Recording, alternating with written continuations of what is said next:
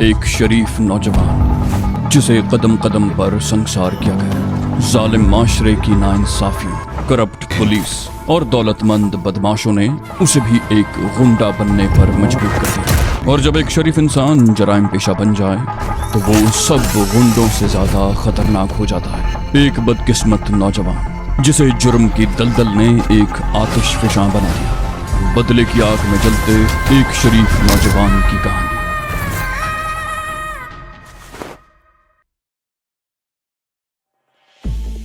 Shariq DSP पर झुक गया। उसने बड़ी मुश्किल से वो नस तलाश की जहां पहले ग्लूकोज की सुई लगी हुई थी। उसने नस में ठीक उसी जगह सिरिंज की सुई दाखिल कर दी और प्लंजर को आहिस्ता आहिस्ता दबाने लगा। चंद सेकंड के बाद उसने सुई बाहर खींच ली। उसके होंठों पर खफीफ सी मुस्कुराहट थी। हवा की नन्ही सी गोली जो उसने डीएसपी के जिस्म में दाखिल की थी वो खून के साथ गर्दिश करती हुई जब दिल तक पहुंचेगी तो दिल की धड़कन खामोश हो जाएगी। डीएसपी कभी होश में नहीं आ सकेगा और पुलिस कभी ये नहीं जान सकेगी कि उसे अगवा करने वाले और फिर बोरी में बंद करके सड़क पर फेंकने वाले कौन थे। शारिक अपने हाथ में पकड़ी हुई सिरिंज को देख रहा था कि बाहर कदमों की आवाज सुनाई दी जो दरवाजे के सामने आकर रुक गई। फिर यूं लगा जैसे दरवाजा खोलने के लिए हैंडल पर दबाव डाला गया हो। उसने चौंक कर दरवाजे की तरफ देखा। दरवाजे की कुंडी लगी हुई थी। बाहर से एक भारी आवाज सुनाई दी, ए अंदर कौन है, दरवाजा खोलो। फिर दरवाजा धड़धड़ाया जाने लगा। शारिक का दिल उछल कर हलक में आ गया। उसने सिरिंज बिस्तर पर फेंक दी, फिर कोट उतार कर एक तरफ फेंका और अकबी खिड़की की तरफ लपका। खिड़की बंद थी। उसने खिड़की की चटकनी खोलने के लिए हाथ बढ़ाया। दरवाजा अब और जोर जोर से धड़धड़ाया जा रहा था। शारिक ने गले में लटका हुआ स्टेथोस्कोप उतार कर फेंक दिया और उचक कर खिड़की की चौखट पर चढ़ गया। दरवाजे पर अब शायद कंधे से टकरे मारी जा रही थी। इस ब्लॉक के पिछली तरफ लॉन था और लॉन के दूसरी तरफ दूसरा ब्लॉक था। शारिक ने दूसरी तरफ छलांग लगा दी और लॉन में दौड़ने लगा। दौड़ते हुए उसने ऐनक और मूछें भी उतार कर फेंक दी।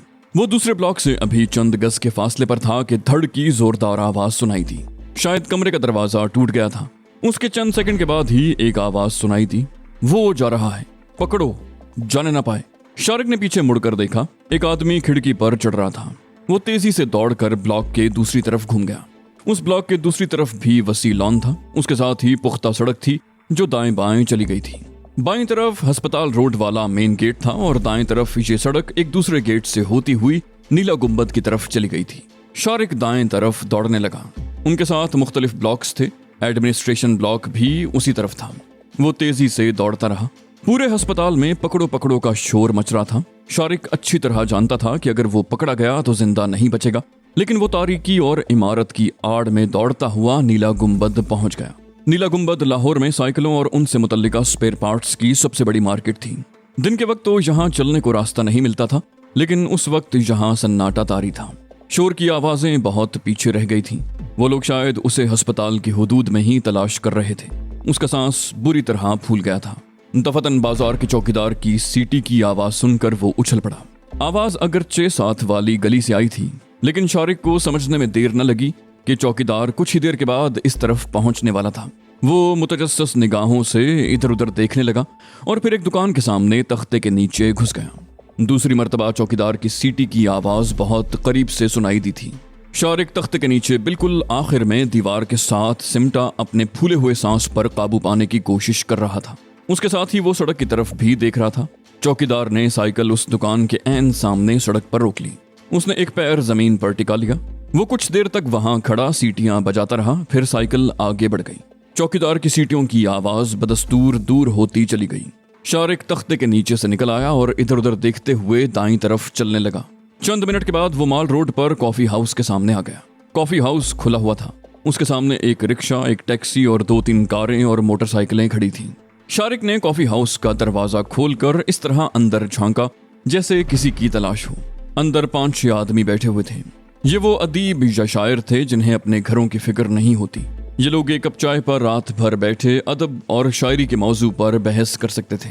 और हकीकत ये थी कि कॉफी हाउस की रौनक भी इन्हीं अदीबों और शायरों के दम से थी। शारिक अंदर दाखिल होने की बजाय मुड़कर रिक्शे की तरफ आ गया। उसने ड्राइवर की तरफ देखते हुए कहा, क्यों भाई, चलने का मूड है?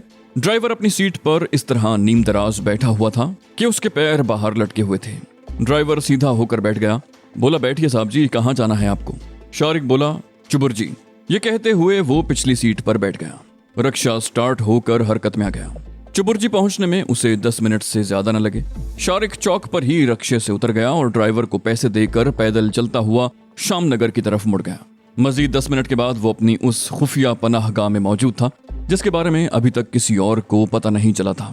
बेडरूम में आकर वो कपड़े बदले बगैर बिस्तर पर ढेर हो गया। मौजूदा सूरत हाल के बारे में सोचते हुए उसे अपने दिमाग में चींटियां सी रेंगती हुई महसूस होने लगी।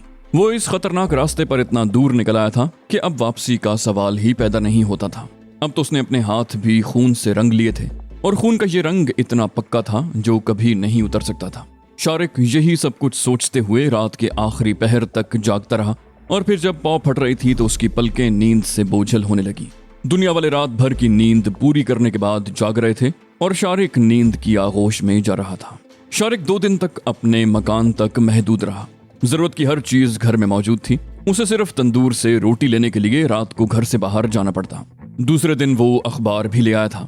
अखबार से पता चला कि पुलिस बड़ी सरगर्मी से उस नकली डॉक्टर को तलाश कर रही है जिसने जहरीला इंजेक्शन लगाकर डीएसपी को मौत के घाट उतार दिया था। अस्पताल के डॉक्टर उस जहरीले इंजेक्शन के बारे में अभी कोई राय कायम नहीं कर सके थे क्योंकि अभी तक डीएसपी की लाश का पोस्टमार्टम नहीं हुआ था। पुलिस ने उस कांस्टेबल को गिरफ्तार कर लिया जो रात को अस्पताल में डीएसपी के कमरे के सामने ड्यूटी दे रहा था।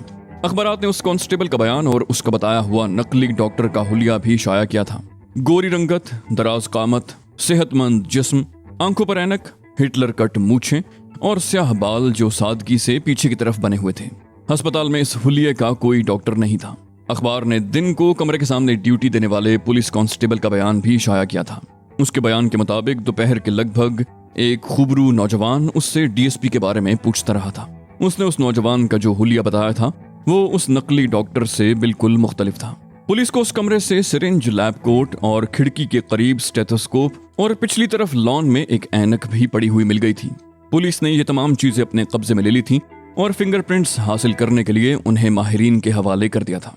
पुलिस के एक तर्जुमान ने अखबारी नुमाइंदों को बयान देते हुए ये खदशा जाहिर किया था कि ये पुरस्कार डॉक्टर उन्हीं लोगों का साथी हो सकता है जिन्होंने कई रोज पहले डीएसपी को अगवा किया था। फिंगरप्रिंट्स की रिपोर्ट मिलने के बाद पुलिस की लिस्ट पर मौजूद मुश्तबा अफराद को चेक किया जाएगा। शारिक ने अखबार एक तरफ डाल दिया। उसके लिए तशवीश की बात सिर्फ एक थी, फिंगरप्रिंट्स। वो पुलिस के रिकॉर्ड पर था। अगर फिंगरप्रिंट्स से उसका नाम सामने आ गया तो पुलिस उसे पाताल से भी ढूंढ निकालेगी। ज़ेरे ज़मीन दुनिया का तकरीबन हर शख्स उसे जानता था।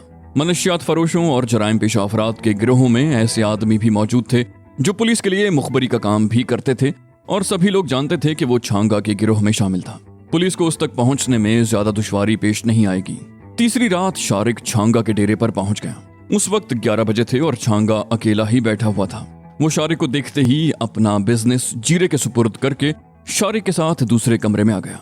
छांगा उसके कंधे पर हाथ रखते हुए बोला, तुमने तो कमाल कर दिया शारिक बाबू। पुलिस को तुमने ऐसा चक्कर दिया है कि पूरा महकमा घन चक्कर बन गया है। अब वो लोग कयामत तक ये सुराग नहीं लगा सकेंगे कि उस डीएसपी को अगवा किसने किया था और फिर अस्पताल में डॉक्टर बनकर उसे किसने कत्ल किया। भाई यही फर्क होता है हम जैसे जाहिलों और तुम जैसे पढ़े लिखे लोगों में।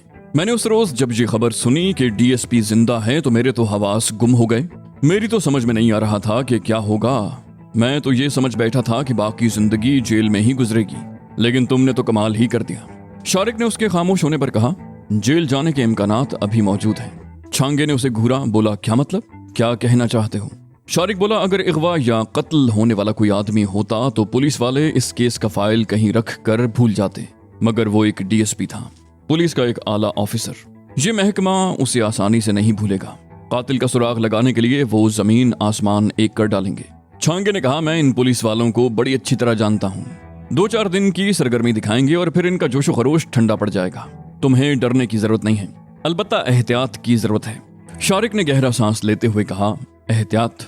तुम जानते हो मैं पुलिस के रिकॉर्ड पर हूँ। मेरी हिमाकत से पुलिस वालों को आगे बढ़ने का एक रास्ता मिल गया है।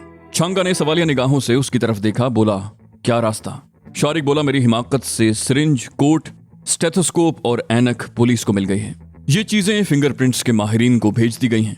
ये रिपोर्ट मिलने के बाद वो लोग जरा सी मेहनत से पुलिस रिकॉर्ड से ये पता चला सकते हैं कि उंगलियों के ये निशान किसके हैं, और फिर हर थाने में मेरी तस्वीर लगी हुई नजर आएगी। छांगा बोला, पुलिस वाले इतनी मेहनत नहीं करते, लेकिन अगर तुम्हारे दिल में कुछ ऐसा ही खौफ है तो चंद रोज के लिए शहर से बाहर चले जाओ, मामला ठंडा हो जाएगा तो वापस आ जाना। शारिक बोला, और अगर मेरी तस्वीर अखबारात को जारी कर दी गई तो पूरे मुल्क में मेरी तलाश शुरू हो जाएगी। छांगे ने उसके चेहरे पर नजरें जमाते हुए कहा, तुम वाकई डर गए हो शारिक बाबू। तुम ऐसा करो, चंद रोज के लिए फैसलाबाद चले जाओ, हमीदे के पास। तुम हमीदे से तो मिल चुके हो ना, मेरा नाम लेना, वो तुम्हारा ख्याल रखेगा। और अपना हुलिया शुलिया जरा बदल लो ताकि कोई पहचान न सके। छांगे का मशवरा माकूल था। शारिक चंद लम्हे सोचता रहा, फिर उसके मशवरे पर अमल करने को ही मुनासिब समझा। छांगे ने कहा, कोई रकम शकम चाहिए तो ले लो, वैसे जरूरत पड़ने पर तुम हमीदे से भी मेरे नाम पर जितनी रकम चाहो ले सकते हो, मेरा और उसका हिसाब चलता ही रहता है। शारिक ने कहा, ठीक है, मैं कल सुबह ही फैसलाबाद चला जाऊंगा। छांगे ने कमीज के नीचे शलवार की जेब से कुछ नोट निकालकर उसकी तरफ बढ़ा दिए। वो उसके कंधे पर हाथ मारते हुए बोला, यहाँ के हालात जैसे ही ठीक होंगे मैं तुम्हें पैगाम भिजवा दूंगा, और घबराने की जरूरत नहीं है, मैं तुम्हारे साथ हूँ, कुछ नहीं होने दूंगा तुम्हें। कुछ ही देर के बाद शारिक छांगे के डेरे से निकल आया। वो मुजंग चौक से रक्शे में बैठकर सीधा बागबान पूरे पहुंच गया। जब वो घर पहुंचा तो रात का 1 बज रहा था। बेल बजाने पर दरवाजा शाहिद ने ही खोला था, लेकिन मरियम और रजिया भी आवाज सुनकर जाग गई थी। उनमें से किसी ने भी नहीं पूछा कि वो इस वक्त कहाँ से आया है। वो उसके कई रोज गायब रहने और बेवक्त आमदोरफ्त की आदी हो चुकी थी। शारिक ने मरियम की तरफ देखते हुए कहा, माँ जी, मैं चंद रोज के लिए कराची जा रहा हूँ, हो सकता है इस मर्तबा कई रोज लग जाएं, आप लोग परेशान मत होइएगा। मरियम ने कहा, मेरा ध्यान तो हर वक्त तुम्हारी ही तरफ रहता है बेटा, कोई और काम क्यों नहीं शुरू कर देते कि आराम से एक जगह टिक कर बैठ सको। शारिक ने कहा, अब जो काम शुरू कर रखा है उसे समेटना बड़ा मुश्किल है माँ जी। फिर रजिया की तरफ देखते हुए बोला, मेरा ब्रीफकेस कहाँ है, उसमें मेरे 2-3 जोड़े रख दो। रजिया ने सवालिया निगाहों से उसकी तरफ देखा, बोली, कब जा रहे हैं आप। शारिक ने कहा, सुबह सवेरे निकल जाऊंगा। रजिया ने मुस्कुराते हुए कहा, सुबह आपको ब्रीफकेस तैयार मिलेगा। वो कुछ देर तक बातें करते रहे, फिर रजिया और मरियम अपने कमरे में चली गईं। शारिक ने दरवाजा बंद कर लिया और पतलून की जेब से पिस्तौल निकालकर अलमारी के सेफ वाले खाने में रख दिया और खुद बिस्तर पर लेट गया। सुबह 6 बजे उसकी आंख खुल गई। किचन की तरफ से बर्तनों की आवाजें सुनाई दे रही थी। वो कमरे से निकलकर बरामदे में आ गया। उसी वक्त रजिया भी अपने कमरे से निकल आई। बोली, मैं आपको ही जगाने के लिए आ रही थी, आप मुंह हाथ धो लें, शाहिद नाश्ता तैयार कर रहा है, मैं आपके कपड़े ब्रीफकेस में रख देती हूँ। शारिक बाथरूम में चला गया। जब वो बाहर निकला तो शाहिद ने किचन से आवाज दी, नाश्ता आपके कमरे में ले आऊं भाई। शारिक बोला, हाँ हाँ ले आओ। ये कहकर वो अपने कमरे में आ गया। रजिया उसके 3-4 जोड़े ब्रीफकेस में रख चुकी थी। वो बाथरूम से जाकर उसका टूथब्रश और पेस्ट वगैरह भी ले आई। इसी दौरान शाहिद नाश्ता ले आया। शारिक पलंग पर बैठकर नाश्ता करने लगा। नाश्ता करने के बाद उसने रजिया को कमरे से निकाल दिया और दरवाजा बंद करके लिबास तब्दील करने लगा। और फिर 7 बजे के लगभग वो मरियम और रजिया से रुखसत होकर घर से निकल आया। गलियों से निकलकर जीटी रोड पर आते ही उसे तांगा मिल गया। तांगे में 4 सवारियां पहले ही बैठी हुई थीं और कोचवान टेशन टेशन की आवाजें लगा रहा था। जीटी रोड पर स्टेशन के अकबी समत सीढ़ियों के सामने वो तांगे से उतर गया और पुल उबूर करके वो स्टेशन के सामने वाले रुख पर आ गया। वो ब्रीफकेस हाथ में लटकाए तेज तेज कदम उठाता हुआ स्टेशन के सामने जीटीएस के अड्डे की तरफ बढ़ गया। फैसलाबाद की एक बस उस वक्त अड्डे से निकल रही थी। बस भरी हुई थी। दूसरी बस आधे घंटे के बाद रवाना होने वाली थी। शारिक एक बेंच पर बैठ गया और बुकिंग विंडो के सामने मुसाफिरों की लाइन लगते देखकर वो भी उठकर लाइन में खड़ा हो गया। इसी दौरान 2 पुलिस वाले टहलते हुए इस तरफ निकल आए। वो इस तरह नजरें घुमा घुमा कर लोगों को देख रहे थे जैसे किसी शिकार की तलाश में हो। उनमें से एक ने शारिक की तरफ देखा। शारिक ने एकदम मुंह फेर लिया। उसके दिल में चोर था। खौफ की एक लहर शारिक के पूरे जिस्म में सरायत कर गई। उसे यूं लगा जैसे इन पुलिस वालों को उसी की तलाश हो। उसने 2 दिन से शेव नहीं बनाया था। ये कोई ऐसी बात नहीं थी, लेकिन वो अपने आप को मुश्तबा समझने पर मजबूर हो रहा था। शारिक के आगे तकरीबन उसी की उम्र का एक देहाती सा नौजवान था। उसने धोती और मलमल का कुर्ता पहन रखा था। पैरों में स्याह मुकेशन थे। चेहरे से वो देहाती कोई शरीफ आदमी ही लगता था। उसने भी अटैची केस नुमा स्याह रंग का पुराना सा ब्रीफ केस उठा रखा था। एक पुलिस वाले ने उस देहाती नौजवान को मुखातिब करते हुए कहा, ओए इधर आओ ना तुम। देहाती नौजवान ने कांस्टेबल को घूरा। क्यों, क्या बात है? कांस्टेबल बोला, इधर आओ ना, बताता हूँ क्या बात है। ये कहते हुए उसे बाजू से पकड़ लिया और लाइन से निकालकर एक तरफ ले गया। लाइन में खड़े हुए लोगों में से किसी ने कुछ न कहा। वो पुलिस वाले उसे बुकिंग ऑफिस के पिछली तरफ ले गए। तकरीबन 10 मिनट के बाद वो देहाती नौजवान वापस आ गया। शारिक ने पूछा, क्या बात है? ये लोग तुम्हें क्यों ले गए थे? नौजवान ने नागवार से लहजे में कहा, ऐसे ही जग्गा टैक्स वसूल करते फिर रहे हैं। जराइम पेशा लोगों से तो इनकी हवा सुकड़ती है और शरीफ लोगों को परेशान करते हैं। लाइन में आगे खड़ा हुआ एक आदमी बोला, यही तो हमारी बदकिस्मती है। हमारे यहाँ तो लोग पुलिस में भर्ती ही लूट मार करने के लिए होते हैं। उन पुलिस वालों को दोबारा इस तरफ आते देखकर लोग खामोश हो गए। पसे पुश तो बहुत कुछ कहा जा सकता था, लेकिन सामने बोलने की हिम्मत किसी में नहीं थी। शारिक ने एक बार फिर मुंह फेर दिया। वो कांस्टेबल जिसने पहली मर्तबा शारिक को देखा था उसके करीब आ गया। शारिक के दिल की धड़कन तेज हो गई। वो ये सोचने पर मजबूर हो गया कि कहीं उसकी तलाश शुरू तो नहीं हो गई। कांस्टेबल ने उसके बाजू पर हाथ रखते हुए कहा, तुम बार बार मुंह क्यों छुपा रहे हो? मेरी तरफ देखो, जरा चेहरा तो कराओ। शारिक ने अपनी अंदरूनी कैफियत पर काबू पाने की कोशिश करते हुए कदरे सख्त लहजे में कहा, मैं कोई चोर हूं, न डाकू और न कोई पेंडू हूं। लोगों को इस तरह परेशान करते हुए शर्म आनी चाहिए तुम्हें। पुलिस वाले ने उसे घूरा, बोला, देखो ए बाबू, गर्म होने की जरूरत नहीं है, ले जाकर बंद कर दूंगा तो सारी गर्मी निकल जाएगी, समझे? शारिक पहले से भी ज्यादा सख्त लहजे में बोला, चलो जरा तुम्हारी थानेदारी भी देख लूं। तुम्हारी पेटी न उतरवा दी तो नाम बदल देना। पुलिस वाले के चेहरे के तासुरात बदल गए। शारिक का ये नफ्सियाती हरबा कामयाब रहा। पुलिस वाला उसके लहजे से बिदक गया था। लाइन में आगे खड़े हुए एक शख्स ने करीब आकर शारिक का बाजू पकड़ लिया। बोला, छोड़ो यार, किन हराम खोरों के मुंह लग रहे हो? इनका तो काम ही यही है। शारिक ने पुलिस वाले को घूरते हुए कहा, आधे घंटे के अंदर अंदर इसकी पेटी उतरवा दूंगा और फिर ये मिन्नतें करता फिरेगा। दूसरे पुलिस वाले ने कहा, अब छोड़ भी दे बाऊ, इसे कई मर्तबा समझाया है कि बंदा बशर देख कर बात क्या कर, पर यह भी क्या करे, सरकार जो तनख्वाह देती है उससे तो घर का खर्च भी पूरा नहीं होता। लाइन में से किसी ने कहा, फुटपाथ पर चादर बिछा लिया करो, खर्च पूरा हो जाया करेगा। पुलिस वालों ने घूर कर उस शख्स की तरफ देखा जिसने ये जुमला कहा था।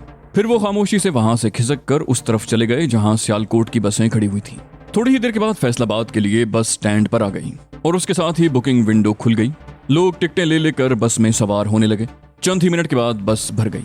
शारिक के साथ वाली सिर्फ एक सीट खाली थी और फिर एक औरत बस में दाखिल हुई और दरवाजे के करीब ही रुककर इधर उधर देखने लगी। बस में औरतें भी थीं, लेकिन कोई ऐसी सीट नहीं थी जहां वो औरत किसी औरत के साथ बैठ सकती। सिर्फ शारिक के साथ वाली एक सीट ही खाली थी। वो औरत शारिक वाली सीट के करीब रुककर बोली, अगर आप इस तरफ आ जाएं तो मैं खिड़की की तरफ बैठ जाती हूँ। शारिक बोला, जी जी जरूर। ये कहते हुए उसने औरत की तरफ देखा। उसकी उम्र 35 के लगभग रही होगी। कदरे दराज कामत, भरपूर जिस्म और चेहरे के दिलकश नकूश, कानों में आवेजे और स्याह रेशमी बाल जो एक चुटिया की सूरत में कमर तक लटके हुए थे। उसने हल्के नीले रंग का सूट पहन रखा था और दुपट्टा गले का हार बना हुआ था। उसके हाथ में सफरी बैग था जो उसने ऊपर शेल्फ पर रख दिया। शारिक सीट से उठकर बाहर आ गया। वो औरत सिमट कर खिड़की के साथ वाली सीट पर बैठ गई और शारिक उसके साथ इस तरह बैठ गया कि उन दोनों के दरमियान चंद इंच का फासला था। उसके लिबास से उठने वाली भीनी भीनी महक शारिक पर सहरदारी कर रही थी। चंद सेकंड के बाद बस स्टार्ट होकर अड्डे से निकल आई और शहर की मुख्तलिफ सड़कों पर घूमती हुई रावी के पुल पर आ गई। उससे आगे शादरा के स्टॉप पर 1 मिनट को रुकी और फिर शेखुपुरा रोड पर दौड़ने लगी। बस को लगने वाले हल्के हल्के झटकों की वजह से शारिक और उस औरत के दरमियान चंद इंच का फासला भी मिट गया। ये 2 आदमियों की सीट थी और बीच में फासला रखना मुमकिन नहीं था। वो शुरू में तो सिमटने की कोशिश करती रही, फिर उसने ये कोशिश भी तर्क कर दी। कभी तो शारिक के दिल की धड़कन इस कदर तेज हो जाती कि शारिक को ये खौफ लाहक हो जाता कि आसपास बैठे हुए लोग उसकी धड़कन की आवाज न सुन लें। तकरीबन आधे घंटे तक वो दोनों खामोश बैठे रहे। फिर उनमें बातचीत शुरू हो गई। सड़क के दोनों तरफ बड़ी बड़ी फैक्ट्रियां और कारखाने थे और उस औरत को इस बात का अफसोस हो रहा था कि लहलहाते हुए खेतों की जगह शोर मचाते और स्याह धुआं उगलते हुए कारखानों ने ले ली थी। उसका नाम समीना था। वो लाहौर की रहने वाली थी और फैसलाबाद के गवर्नमेंट कॉलेज में लेक्चरर थी। वो अपने कजन की शादी के सिलसिले में 10 दिन के लिए लाहौर आई थी और अब वापस जा रही थी। लेकिन शारिक ने उससे नहीं पूछा कि उसकी शादी हो चुकी है या नहीं। शारिक ने अपना नाम रेहान बताया था और कहा था कि वो एक दोस्त से मिलने के लिए फैसलाबाद जा रहा है।